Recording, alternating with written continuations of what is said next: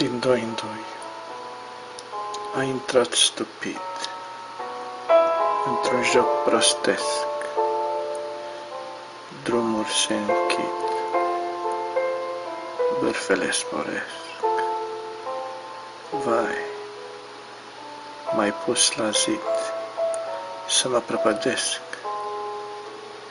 S-a făcut sordid darul meu ceresc. Poate nu mai știi cum e pe pământ, nu mai nerozi și nimic sfânt. Punctele pe i stau ca pe mormânt.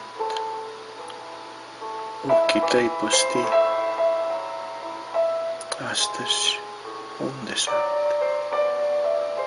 Totuși, cum explici că alaltăieri ai plecat de aici fără de poveri, cu bagaje mici către nicăieri, nici cu nimeni, nici, simulând că speri?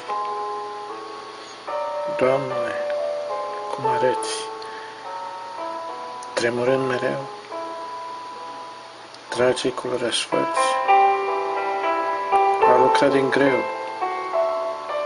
seamă totuși dă-ți de acest rateu de singurătăți, și al tău și al meu.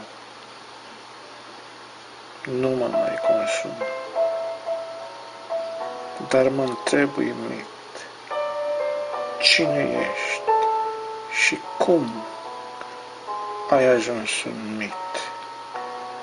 Cel din urmă drum, muchea de cuțit, și aud postul că ne-am fi iubit.